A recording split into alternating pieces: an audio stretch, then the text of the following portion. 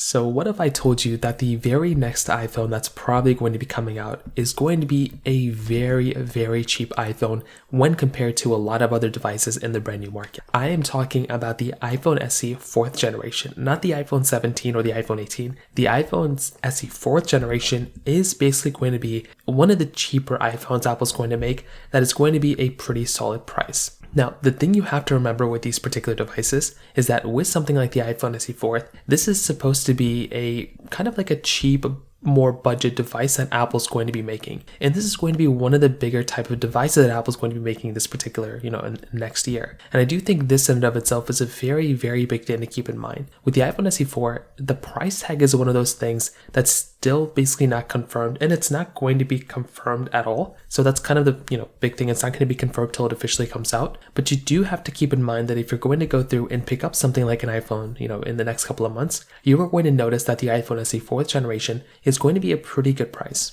First of all, it's probably going to be at $499 to $599. I don't think it's going to be $499. I think it's probably going to be closer to $599. I think that's probably what's going to happen. And I think Apple's going to take away the iPhone 14. Now, with that being said, you have to remember that right now, as of this point, with the iPhone 14, if you kind of compare the 14 to the iPhone SE 4, the 14 is still a good iPhone, but the iPhone SE 4 is going to be probably taking that body style, giving us USB Type-C and an action button and a newer chipset with basically the same exact display. This is a really, really big deal because right now $599 gets you an iPhone 14, but in a couple of weeks or a couple of months, the $599 price tag is now going to be giving you basically closer to something like an iPhone SE 4 with a way better body, way better everything across the board. And I do think this in and of itself again is another very big thing to keep in mind there too. So personally for me, when I'm looking at something like these particular devices, I definitely do think in almost every single way,